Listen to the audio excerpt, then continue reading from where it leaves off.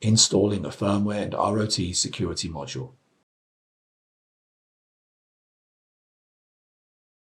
Lower the firmware and RoT security module onto the system board and make sure that the connector on the module is correctly inserted into the slot on the system board. Fasten the 2 screws to secure the firmware and RoT security module. For configurations with a drive cage, work through the following actions. Reconnect all the required cables to the drive backplane and then reinstall the drive cage assembly in the node.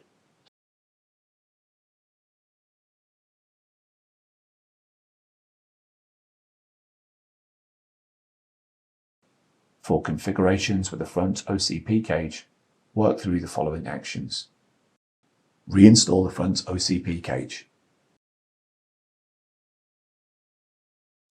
Make sure that the OCP cable is connected to the system board and then route the OCP cable through the front air baffle and reinstall it on the front OCP cage with screws.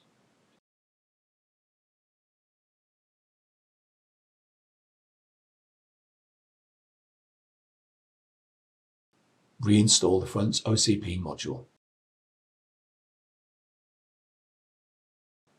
Make sure that all the required cables are routed and connected correctly, and then reinstall the top cover.